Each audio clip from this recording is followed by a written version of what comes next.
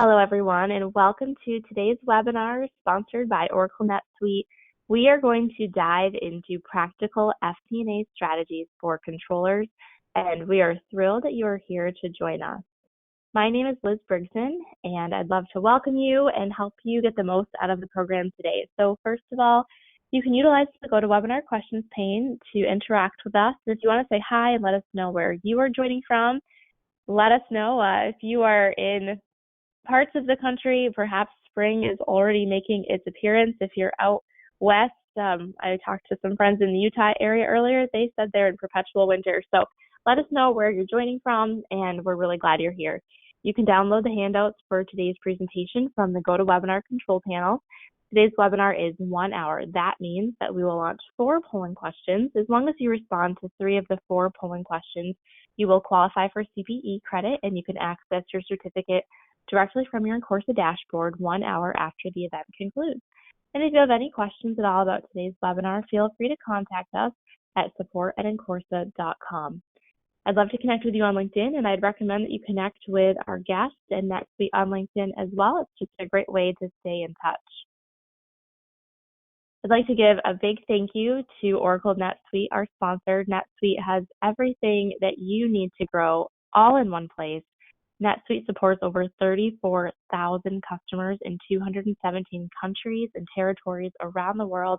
They are the world's first company dedicated to delivering business applications over the internet and provide a full suite of cloud-based ERP applications, including financials, inventory management, HR, professional services automation, and omni-channel commerce.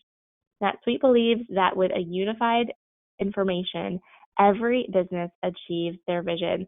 And NetSuite has several phenomenal partners, including Bryant Park. And today we are joined by 2 speakers from Bryant Park Consulting. We have Alec Epstein with us, who's the Chief Executive Officer, and Brian Sowell, who is the Senior FP&A Consultant. So Alec and Brian, we are really thrilled that you have some time to spend with us today to talk about practical strategies for controllers. I'm going to go ahead and pass the screen share to Payal on your team, and you guys can go ahead and take it away. We really appreciate you being here. Thank you. Much appreciated for having us. We'll be stepping through today a presentation regarding practical FP&A strategies for controllers. We know that we're in an environment where finance and financial planning requirements are often being thrust upon controllers and mid-market businesses. Everybody at the executive level is grasping for more capabilities and more visibility and the ability to forecast for an uncertain business environment. And oftentimes those expectations are falling on folks that are traditionally more accounting minded than finance minded. But we believe firmly that the controllers and accounting organizations have the capability to drive exceptional FP&A strategies at mid-market businesses. Let's go to the next slide here and introduce myself. I'm the founder and CEO of Bryant Park Consulting. We are a technology consultancy that specializes in helping finance and accounting organizations streamline business processes using leading technology. We are also a NetSuite alliance partner, which means that we help organizations at the transformation and ongoing support related to the use of the NetSuite application. And along myself, we also have Brian Sowell, who I will allow to introduce himself now. Thanks, Alec, and hello, everyone. My name is Brian Sowell. I'm hail from the Dallas-Fort Worth area. I've spent my 30-year career in both accounting and in finance. I'm a CPA for many years, and I've made the transition to FP&A, and so I've been able to see both sides of it. I'm glad to be here, and I'm glad to be asked to share my experience. Thanks, Brian. So we'll review the learning objectives for today. What we hope for you to get out of today's presentation is as follows. If we could go to the next slide here. First is we're going to understand the prerequisite activities for those that are getting started with financial planning and analysis for the first time. This is, by example, the controller who has been tasked to put together a budget, which I'm sure everybody here on the line can probably relate to the experience of doing that for the first time at an organization, or hopefully we'll learn from this presentation in that regard. The next is identify the steps towards building a financial plan and process that could be sustained on an ongoing basis in the organization. Learning how to enable the organization on FP&A processes. It takes a village to effectively deliver a financial plan, a budget, and to be able to gain value from that budget. And lastly, we will outline the logical steps on how you can mature those FP&A processes over time beyond that initial starting point, and then talk a little bit about some of the benefits of software and modern technology in driving more automation and capabilities in financial planning and analysis. So with that, brings us to section 1, getting started with FP&A. And Brian, I'll hand it over to you. Thanks again, Alec. Hello, everyone again. So FP&A, as we get started here, we're going to look at analyzing, evaluating, and aligning these activities for getting prepared in FP&A. Now, I would just like to say first that as far as the value of what we're going to present today, this may be the most valuable, worth its weight in gold in terms of really bringing true dollar value to an organization. So this first section, the real value here is cutting down the cost of analyses across the organization, and not just for FP&A, but for the entire organization. So as we get started as prerequisite activities for FP&A, let's start by looking at what we currently do today, evaluating that, and spending a good time evaluating the efforts that it's taking us to do those activities, and then undertaking whatever activities that we need to align the organization around those metrics and segmentation that we're using in our analysis. Simplicity is real key when you're looking at an organization effectiveness and efficiency. It's really easy to get complex.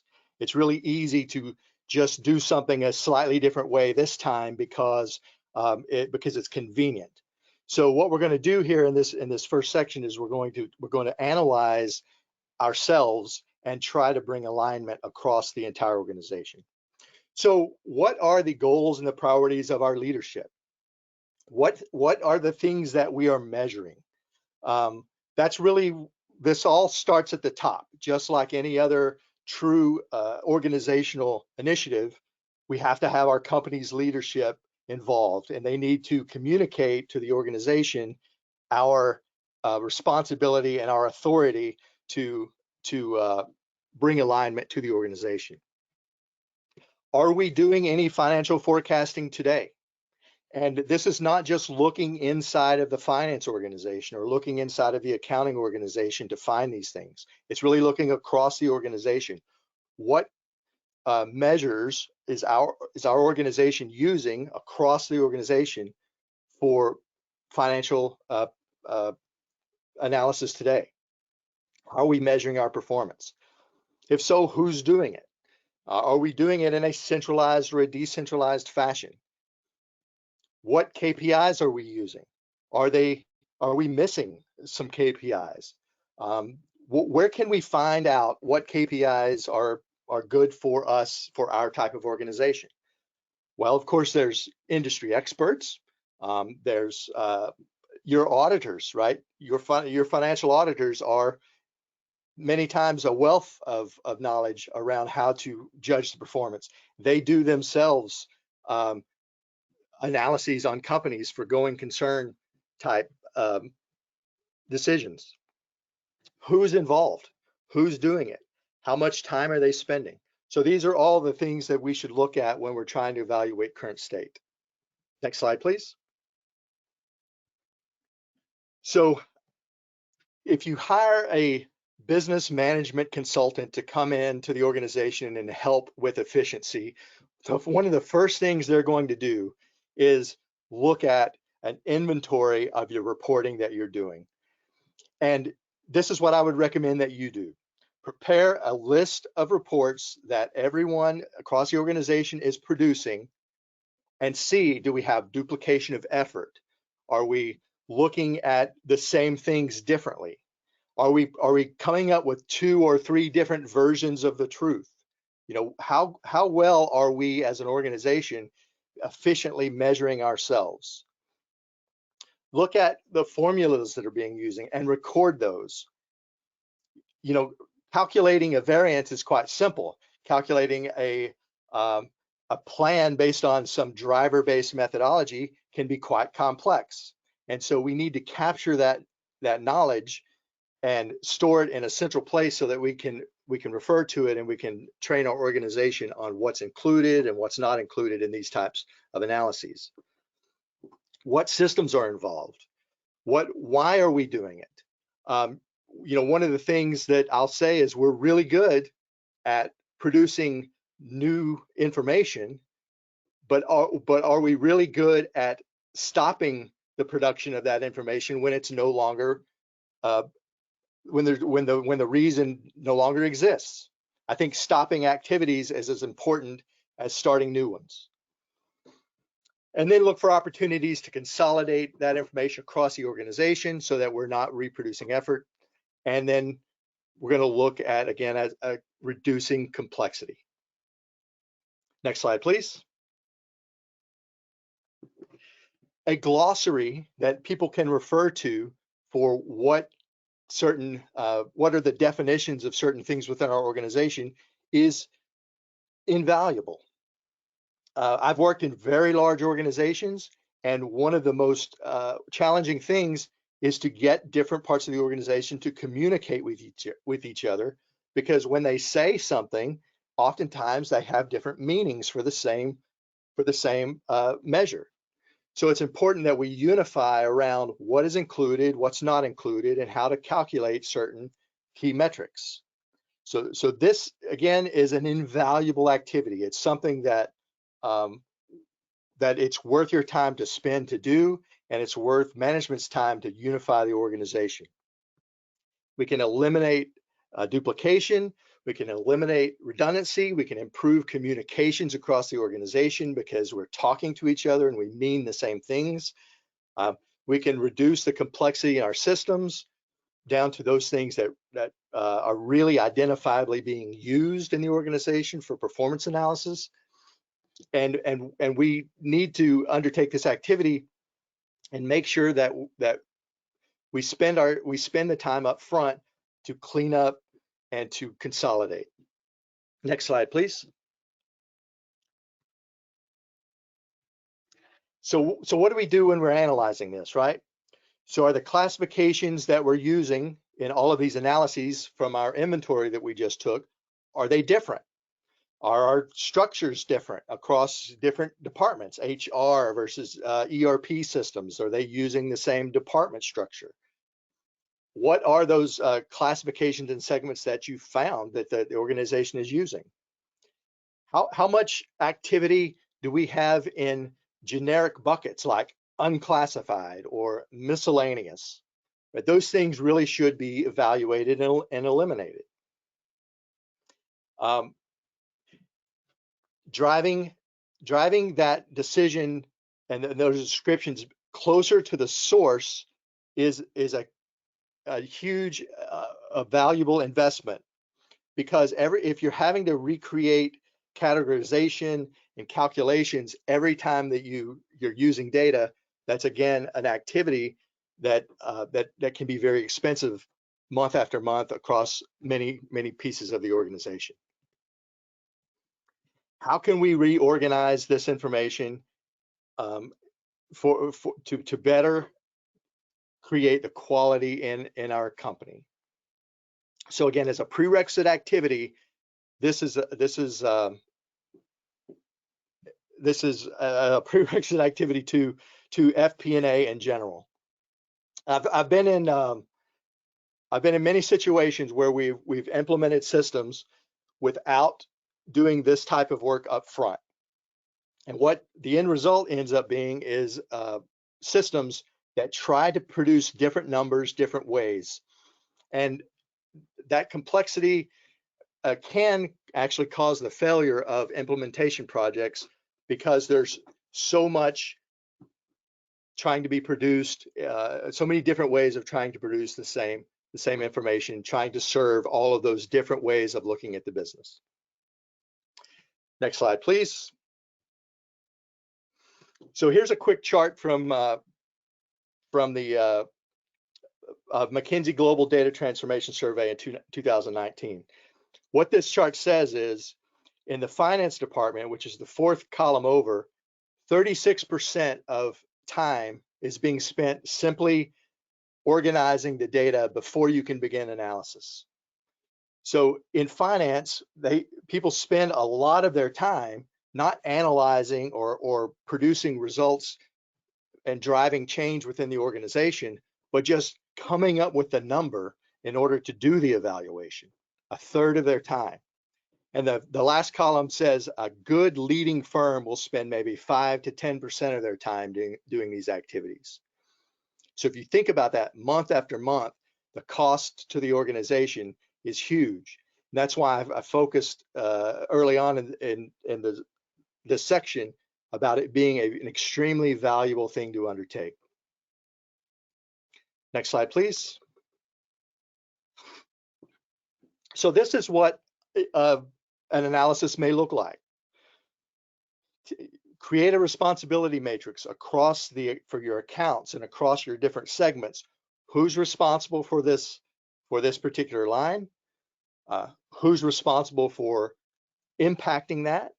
Who approves the activities that get booked to this particular segment? So we've actually sat down, looked at our information that we gathered in our inventory early on. We've dissected it into different segments, and now we're actually assigning ownership to those segments. And this prerequisite activity is going to be extremely valuable when you get into then using this budgeting, forecasting, communicating to the organization.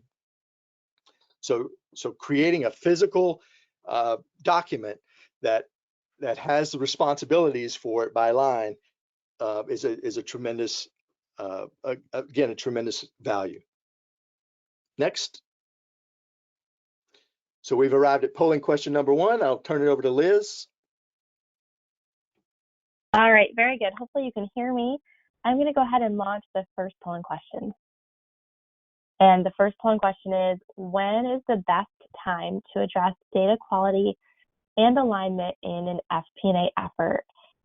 Is it something that you should be looking at implementing FP&A processes with the known issues and just training around them, or using those FP&A projects as catalysts for alignment activities and improving your data integrity as you go?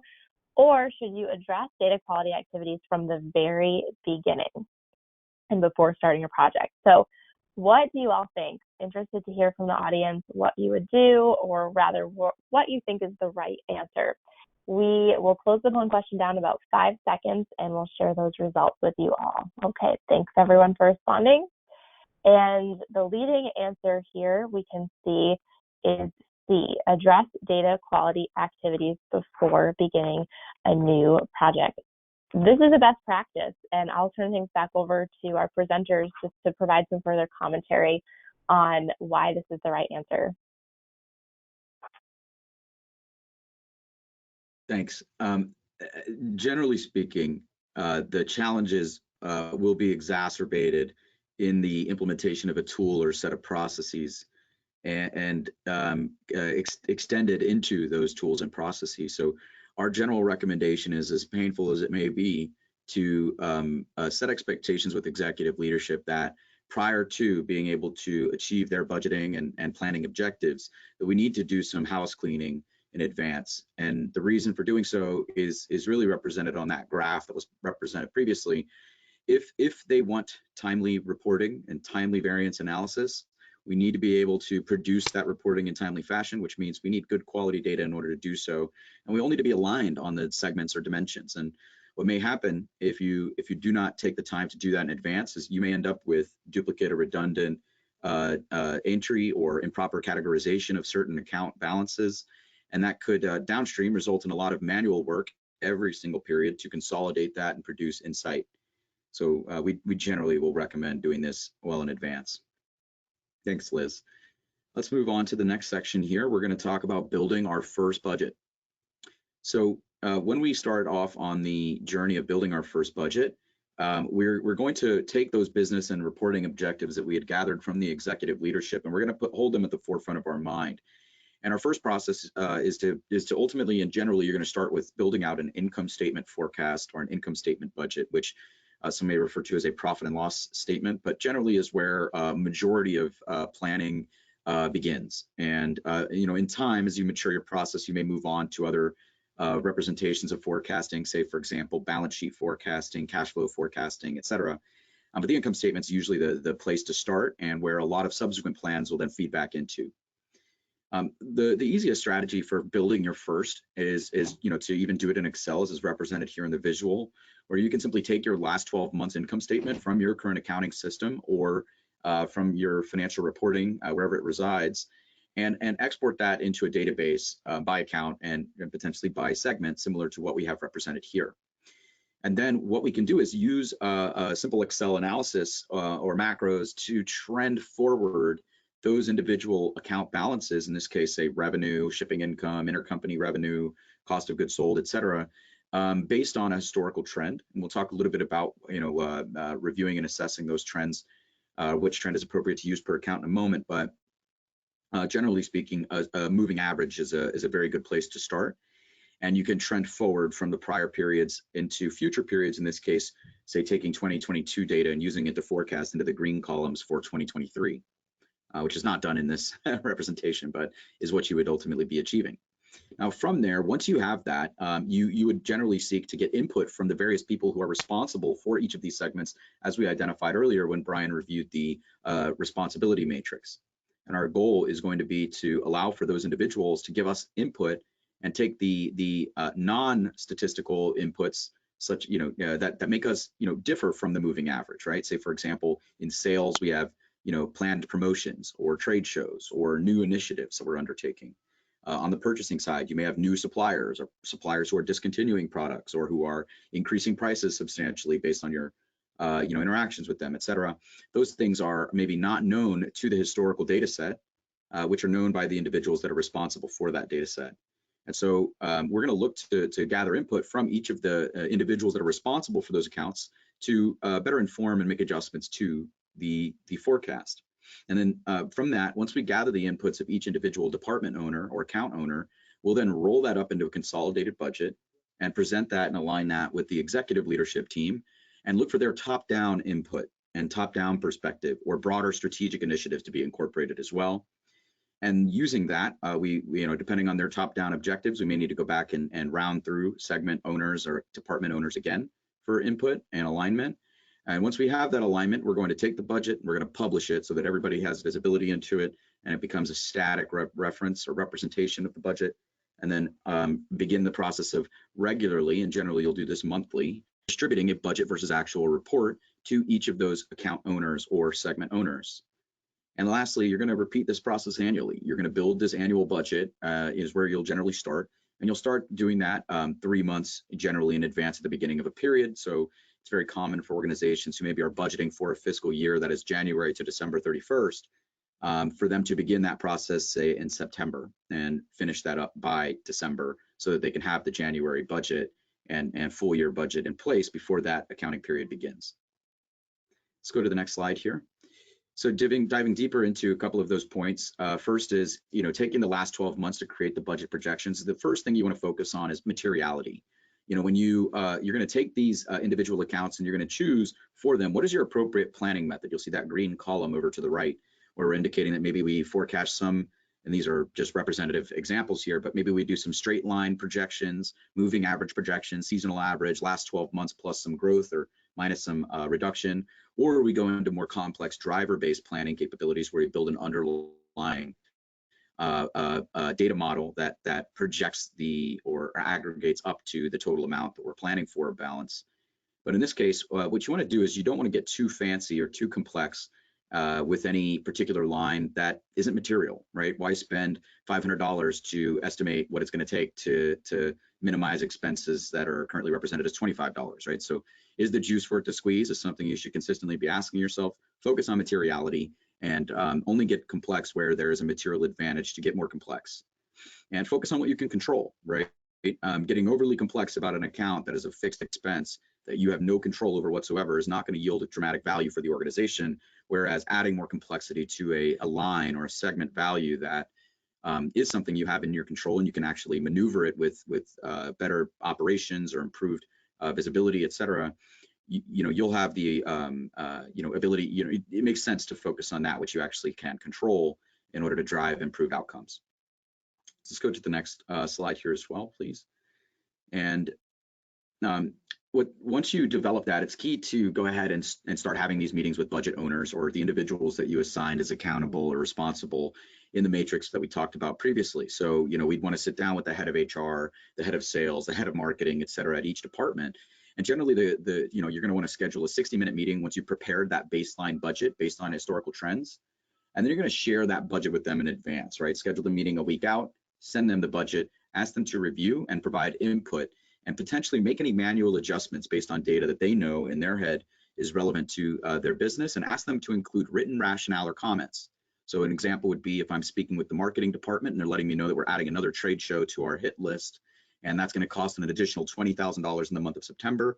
Let's go ahead and incorporate that in there, have them add that, comment, and then be able to review when we come to that meeting together to understand what is causing the differences as compared to the historical trend, right? Either something that is no longer an initiative or no longer being pursued, or something that is being added to the docket.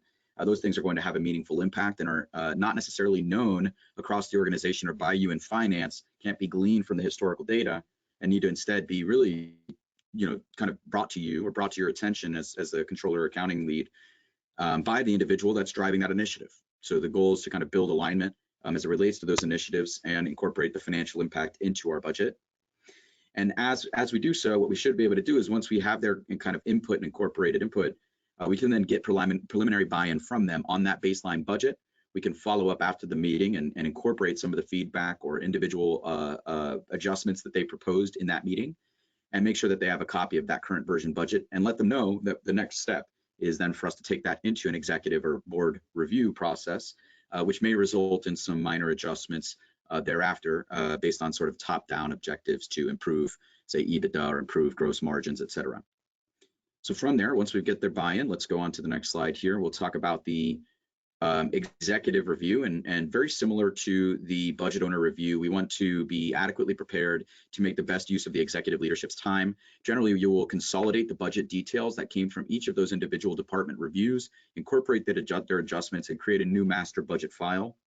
You'll then review or prepare a dashboard for all intents and purposes on what the KPIs or performance indicators will be on the basis of that forecast. So for example, what is our revenue? What is our COGS? What is our EBITDA based on that income statement forecast? You should be able to project those key performance indicators in another sort of worksheet or tab in the workbook that will allow for you to indicate to the executive leadership how their objectives and key performance indicators are driven by the budget that's been created.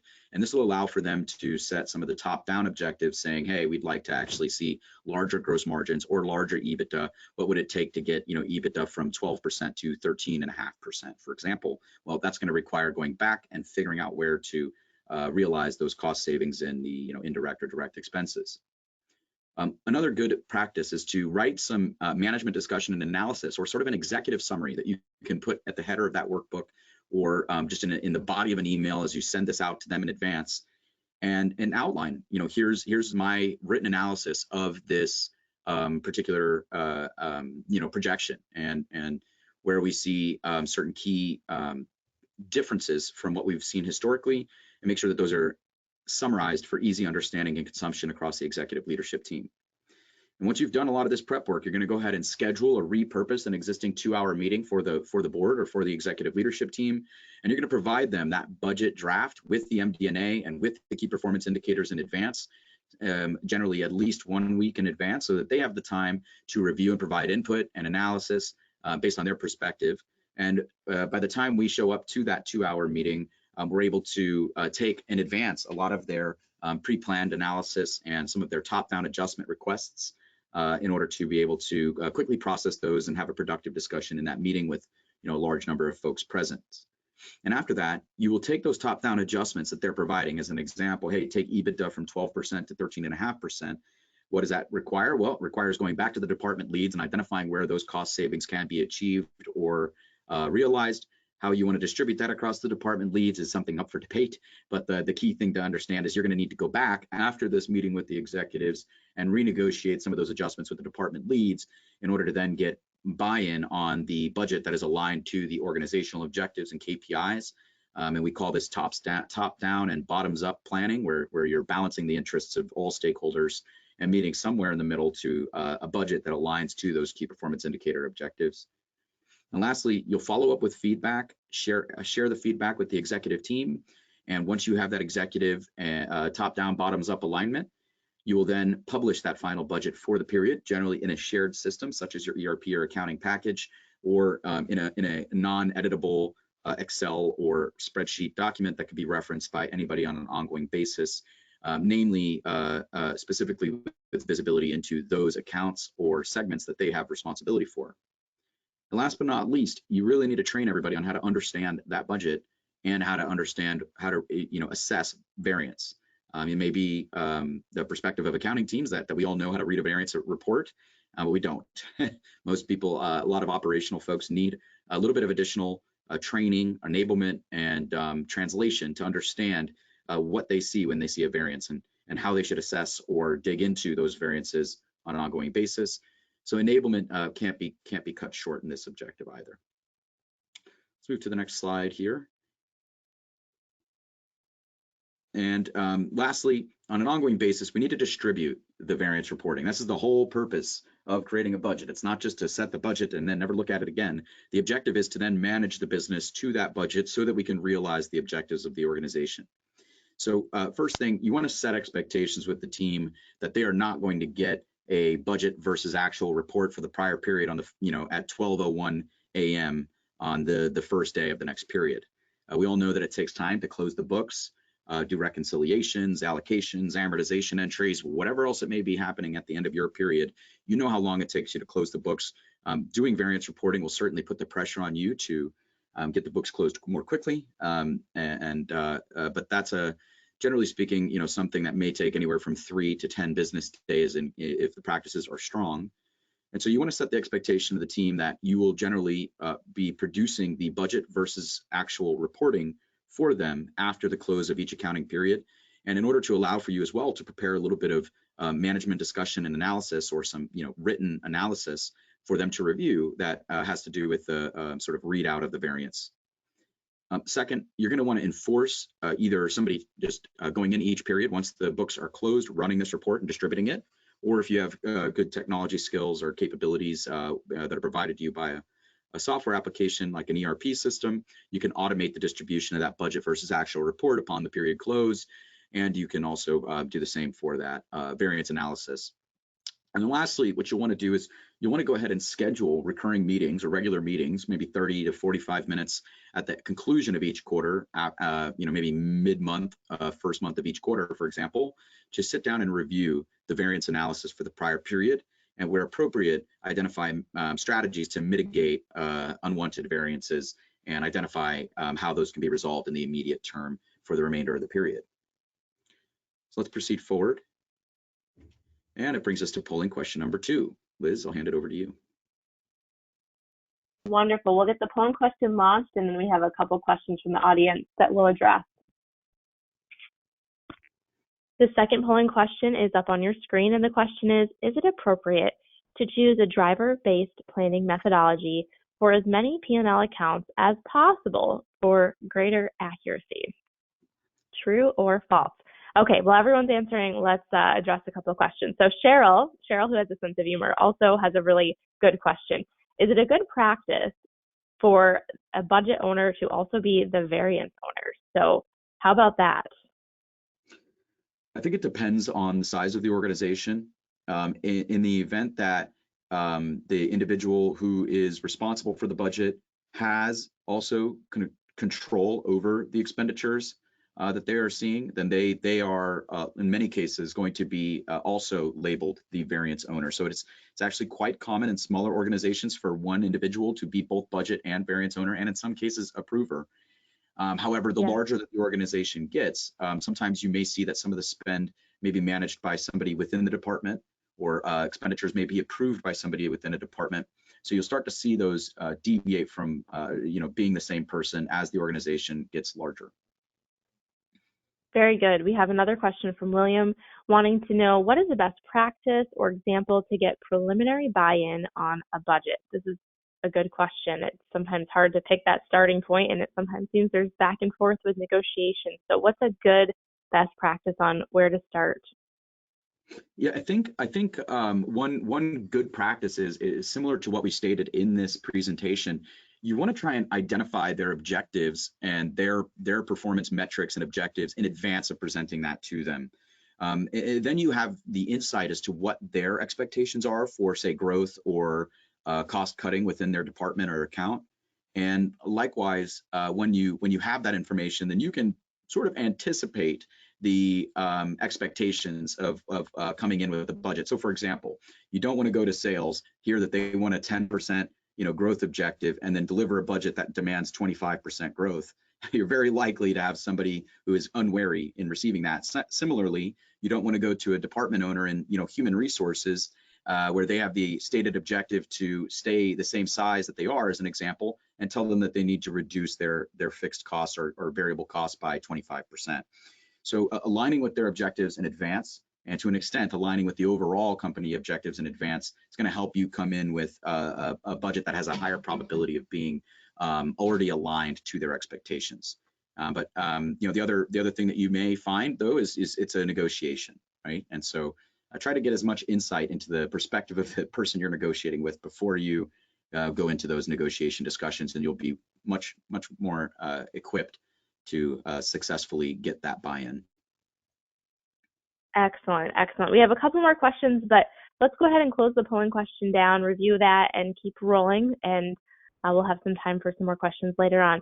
So the audience says 61% true, 39% false, that it's appropriate to choose a driver-based planning methodology for as many P&L accounts as possible. What would you say about this? I'd say it's a bit of a trick question. Brian's throwing tricky ones in here, but I think the objective is to make your planning as complex as the value that it yields, right?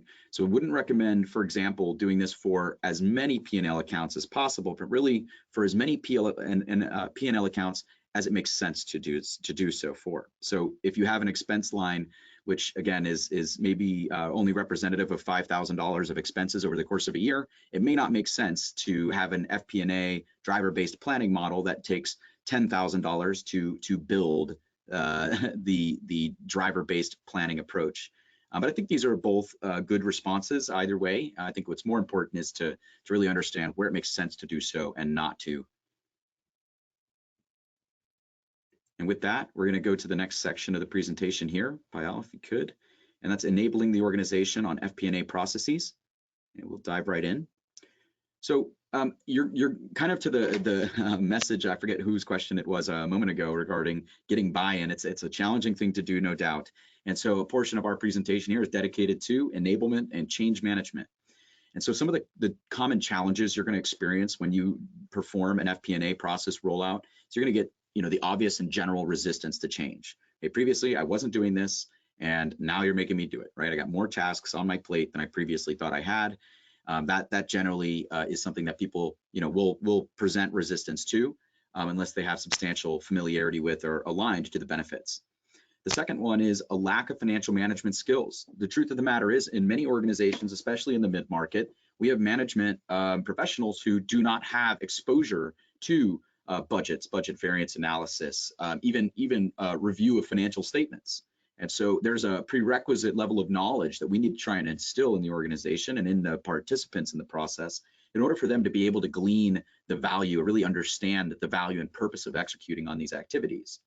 And then the last one is there's a perception of loss of autonomy, right? Previously, a department owner just went around and approved whatever expenses they wanted, and there was nobody comparing it to an objective. And now you're going to set a target and ask them to stay within that target. Even if there is no adjustment, even if you're giving them a bigger budget, there's going to be some perception of loss of autonomy. And there's ways to frame the benefits so that we address those concerns. So in the bullet point below, we identify that, within the organization, if we can align all of the individuals to those organization-wide objectives that are defined generally by the executive leadership, but also with some, bottoms-up input, when everybody understands the organization's goals and objectives, they can then better align their goals to those objectives. And in doing so, they will feel as though their contributions, whether that is cost reduction or expansion, et cetera, or pursuit of specific initiatives, are aligned to the overall organization's goals. Seeing that impact is quite empowering. The second bullet is emphasizing that for managers who maybe do not have the financial management acumen or who feel that they are losing some autonomy, help them to understand the real benefit of financial planning and analysis and budgeting as helping them to become better managers, right? Better managers of people, better managers of their team, better managers of resources. Generally speaking, most individuals who are a leader in an organization want to be perceived as more intentional, more detail-oriented, more data-driven, and leaning into this desire for them to become better and to be perceived as better or sharper managers is something that you can tap into in order to drive their buy-in. Lastly is you're going to, instead of asking the budget owners to be constrained, really what we're trying to provide them with is insight into data that will actually help support their decisions. And you can use the example of the number of times that a department owner very likely got their request shot down, right? Hey, I'd like to purchase another forklift, and that was declined. Well, if there was data to support driving that decision, right, from a financial standpoint, from a fulfillment operations standpoint, et cetera, and if the data was available to and more easily available to support that decision and recommendation, then it's likely they will get more of what they want. So now not only will they make better decisions, but they'll also be able to take the decision that they know is the right decision and provide the financial support to leadership and management in order to get a buy-in on those objectives that they're trying to pursue. And then the bottom ones are really critical in that, folks who are hyper performing or very well performing managers tend not to stray away or shy away from performance being assessed because it'll allow for them to receive recognition for their positive performance. And it's interesting in that most cases when folks are perceiving a loss of autonomy, it's because they believe that they perform so well they don't need any additional oversight or control as it relates to their expenditures or a budget. But the reality is that if that same individual is so confident in their performance, well, all we are doing is projecting that performance into financial reporting and showing it to the executive leadership. If anything, they should realize some substantial benefit to perception in their their kind of acumen and capabilities when we are highlighting that positive performance by showing a budget variance that is desirable. And lastly, enabling detailed analysis of their own performance, right? How am I performing? It's a very challenging thing to really understand. And how does my performance compare from last period to this period? I think a lot of individuals are keenly interested in understanding that performance. And without data, it's very, very challenging to do so other than anecdotally. Let's go to the next slide. So what are the steps? You have to start at the top. You need executive buy-in in order to drive the enablement throughout the organization. The CFO, CEO, COO, et cetera, owner, those individuals, shareholders, they need to be bought in and driving the change from the top down. If you do not have this, you will be unsuccessful in your FP&A rollout almost definitively. You need them to prioritize this as an organizational objective and a strategic objective. If they do not, again, it's going to be very, very challenging to get buy-in throughout the rest of the organization and for anybody to feel as though the allocation of time and resources to getting FP&A processes implemented is worthwhile. Establishing a cadence for sustaining the communications. We've talked about the monthly and quarterly cadence meetings to review budget versus actual. We've talked about scheduling and coordinating the annual budget and creation process, et cetera. Having a standard cadence that is well documented, it's on people's calendars, and we have clear communications that are occurring in the lead up to those, maybe standard email templates or process documents that you share with the organization to familiarize them with the process as they come into it or as it's upcoming. Is really critical to making sure that folks can sustain the process. Otherwise, they will forget what you did during the budget cycle last period and forget even how to review or understand how the process is completed. And we like the idea at Bryant Park of buddy systems. We think that they make a big impact, and the more you name the buddy system and the more specifically articulated the buddy system is, the more effective it is generally. What we tend to find is that a budget owner could be benefited by having a buddy in FP&A. Now, if you're a controller and you're the only controller in your organization, you might have a lot of buddies. But the key point is to give folks a single point of contact that they can go to for support. If they have questions, they want to better understand how to improve their financial performance, they want to analyze their budget their budget variance in more detail, they know who to go to. And giving them that direct hotline, that direct point of contact or support system is really big. And number 4 is a way to create an open forum for that. We often see folks will do lunch and learns. Say, for example, once a quarter or once a month, we do an FP&A lunch and learn. We bring in some sandwiches and everybody sits around and we talk about how to analyze variance, how to strategize around mitigating unwanted variances. The other option is office hours, which is basically where you as an FP&A resource or controller might just have open office hours and let individuals come and go as they please, right? Sit there with your coffee and see if anybody shows up, but make sure that everybody has the invite and they understand that they can show up if they want to, if they have questions and need support. They don't if they don't need to. Lastly, we want to collaborate with the executives to potentially create performance-based incentives. Nothing drives improved FP&A processes like incentivizing somebody on the bottom line, right? Or incentivizing them on their ability to hit a target or an objective. So this requires a lot of change, and this is a meaningful, analysis to complete.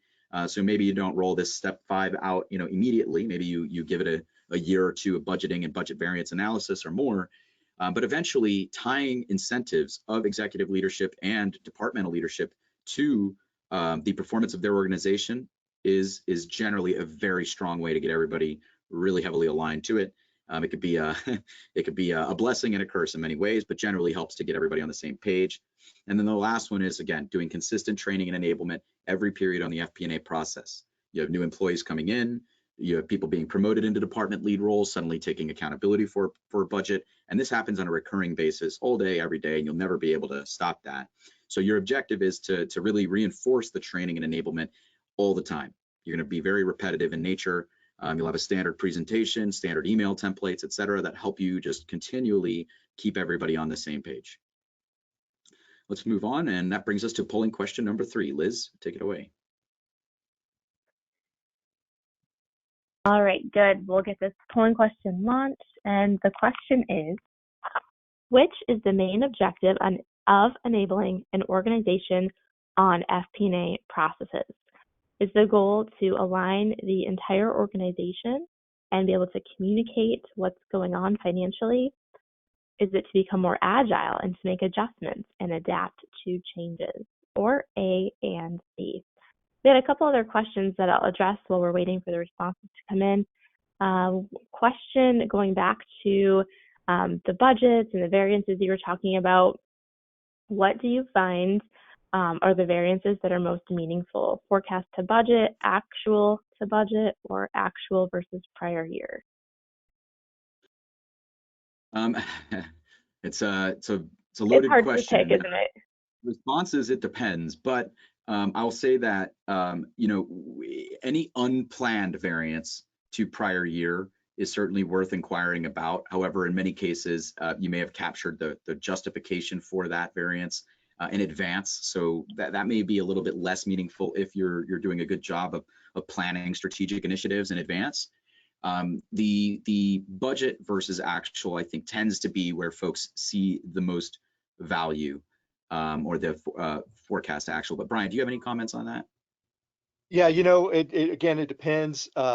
Many organizations, never get to a forecasting, like a repeatable monthly forecasting. Some organizations stop at budgeting once a year, maybe rebudget mid-year. So it really depends on what level of planning an organization has been able to mature to. I would say forecasts are a lot more accurate because the idea is that you're updating them more often. So a variance to a more recently created forecast is often the best measure, but it depends. Mm-hmm. Well, thanks for having some dialogue on that. I think it's helpful just to examine the points of comparison and where the value is added for the different points of comparison. So we have closed the third polling question. The results are up on the screen. 96% of the audience responded both A and B, which I would say is the correct answer. There's two objectives here. So thanks everyone for contributing your responses. Okay, and the next section is maturing FP&A processes. So, the idea is that you've done it, right? You created your budget. The organization is at least now somewhat aligned on the performance metrics that we're trying to hit. But is there a way, and should we mature what we've done into process, right? So as accountants, we all understand the value of process. Process does what? It establishes repeatability. Excuse me there, my alarm went off. We have 10 minutes. So it establishes repeatability and it reduces errors and omissions. So should we mature FP&A or FP&A activities into processes? And what I've seen across my experience is yes. The best FP&A organizations have process that is repeatable and consistent. I mentioned earlier about, how often can you produce a budget or how often should you do reforecasting? And the best organizations get into a continuous forecasting process where forecasts really are never closed, but are continuously updated. But that takes discipline, and it takes a defined process to accomplish. So, what are the elements of a process? Well, deciding what your timing needs are, who's approving, who's doing what in general, right? But it also includes identifying what are those inputs that we used in our forecast. Were there drivers that we collected? What inputs did we get from the business leaders?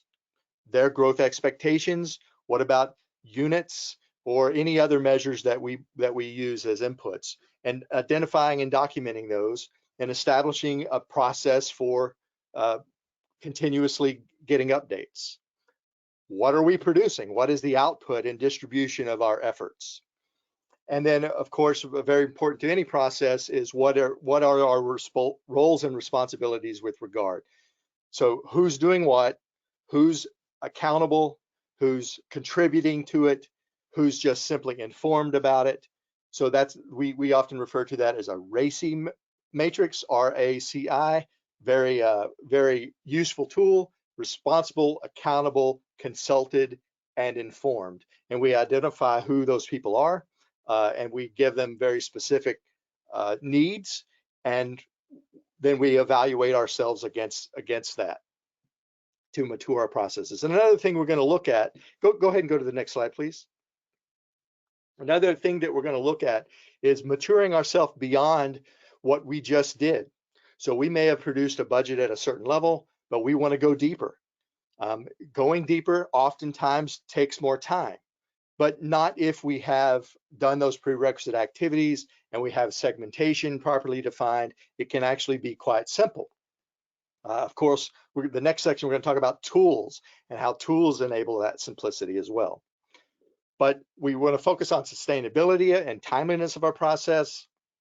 We want to reinforce processes and minimize disconnected activities.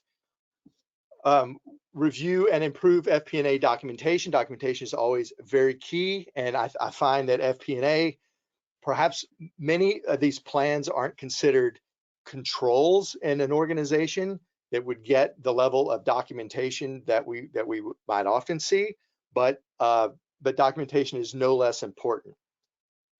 Improving the modeling around those large balances, again, focusing on the bang for the buck. And then here's a real key, right? Transitioning to a more decentralized planning process. FP&A is often going to be very limited on its resources and asked to do a lot. You're probably going to be asked to do one-off type analysis. I remember my very first analysis was deciding whether our company should keep our corporate jet or not. I found that quite exciting. But the interesting thing about that is that's very much a one-time thing. But how do we enable the organization to help us? Well, we identify resources all across the company, and we partner with them. The buddy system that we talked about, partner and expert an FP&A expert who knows how to use the tools, knows how to calculate things, and can coach. And then we start to decentralize some of that activity. And then, of course, evaluating ourselves. Any process needs to be evaluated. We should expect what we inspect, right? If we're not looking and inspecting ourselves, then we're not going to get the results that we seek. Right. Next slide. And, to interrupt briefly on that one, just another point that was made earlier by the question submitted by one of our attendees was the concept of reforecasting, introducing reforecasting and within a period and forecasting in general, as opposed to just that annual budget process. Another big hurdle and milestone to move up the ladder in FP&A maturity. Go ahead, Liz. Go ahead. Well, it does look like it's time for our fourth and final polling question, and the question is up on the screen.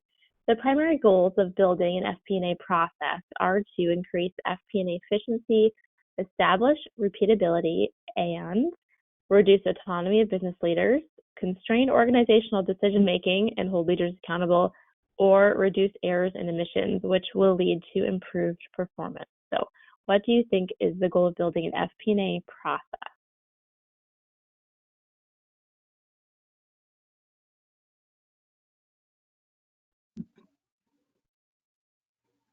It looks like results are coming in quickly. I'll close the polling question down in about 5 seconds. All right, very good. Thanks, everyone. And I'll share those results. So the majority of the audience here agree that the goal is to reduce errors and emissions, which will lead to improved performance. So thank you for responding to the polling question. Yeah, next slide, please. So leveraging FP&A software. Now this is obviously going to get to where my expertise is, but there are software tools that enable us to have processes and to be able to get to information very quickly. We talked about the prerequisite activities very early on, and the quality of our tool set is going to depend on our ability to organize the organization around a common language and a common set of segmentation. But once that's accomplished, if you are in the position of acquiring one of these tools, you will see tremendous efficiency gains of your staff. So these tools allow for near instantaneous access, not only to broadly accumulated numbers, but to the detail of those numbers. And it allows you to do things like evaluate on a basis where you're only spending your time looking at where variances exist, and that can change over time. So you're not focused on one thing and missing others. So you can see where you need to be applying your resources very quickly and easily. You get immediate access to those plans. Plans change. We talk about reforecasting. Well, reforecasting, a continuous forecasting process may change those plans every day potentially. So how do we know, how do we communicate what those plans are? Well, these tools allow people to access the plans in real time. So when something changes, they're able to see, okay, there's my new plan. There's the result of that plan. And these things allow for agile development of companies. So enables, again, continuous forecasting capability. Now that is a goal. I will say, based on my experience, that I wouldn't say that many companies get to continuous forecasting, but it is the ideal. Retaining comparability after realignments. Now this one is huge, right? When we reorganize a company, especially in something like perhaps retail, where we have lots of stores organized into districts and regions, and these things are constantly moving as population centers change. Well, how do we compare this year versus last year, this year versus 2 years ago, if we've realigned? Well, these tools allow all your history to realign instantaneously whenever you move segments around. So you may move a department from one parent to another parent. All of the history and all of the actuals will recalculate and reaggregate. I spent many times in organizations where this activity would take weeks to realign the history. And so we could only do it once a year. And there was sort of a blackout period where we had to wait until everything was recalculated and realigned. The tools nowadays allow for that to be nearly instantaneous. It allows very sophisticated planning models. You can build into this where you just simply put in your inputs and all of the logic calculates the forecasting for you for this year, for next year, project it out. So that's what a forecasting model built into a tool looks like. Now I'll say this, it takes an investment to build those models. You should really only build those models that you've proven are going to sustain over time. Because if you build a model today and spend a lot of time and money on it, and then suddenly next year you're not really interested in using that model, then that's not efficient. And it informs a greater level of detail on your KPIs. So if you want to see, say, gross margin, you want to see gross margin across different locations, you can just simply zoom into that detail and you see that calculation occurring at whatever level of detail that's available in your tool, which should be all of your segments that you've identified early on. And consistency, and this is huge as well. Well, just to touch on that last point. So consistency in KPIs, right? The system should calculate it for you. You don't have to require an analyst to refer back to something and knowing how to calculate a particular KPI. Go ahead, next slide. And this is just simply illustrating that with these tools, in this case, on the left-hand side, I have, these are my expenses, actual versus budget, and I can simply zoom in to see into, say, premises and fixed assets and see the detail accounts that make up that account. Double-clicking and seeing it instantaneously. And next slide simply illustrates that the information doesn't have to be general ledger type information. It can be metrics, ending number of accounts, right? This is a statistical type account where we're measuring the number of clients that we have, for example.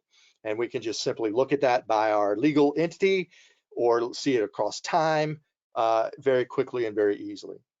So we're spending almost no time gathering the information, and we're spending our time actually dealing with the variances that we see.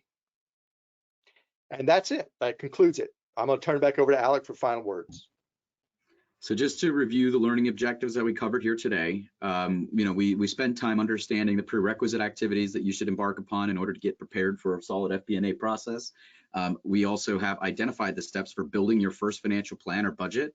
We've learned how to enable the organization and address change resistance as it relates to rolling out and implementing these FP&A processes.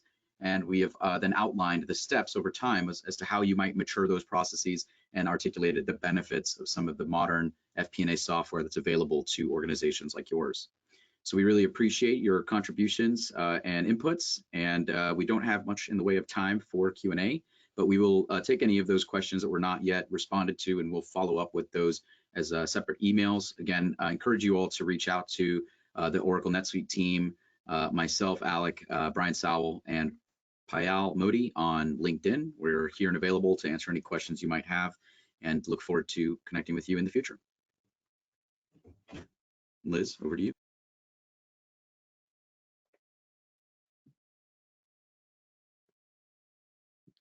Thank you so much for joining us today. This was a fabulous presentation, just highlighting some of these best practices for controllers and financial planning and analysis. I think it was a really productive session. You crammed a lot in.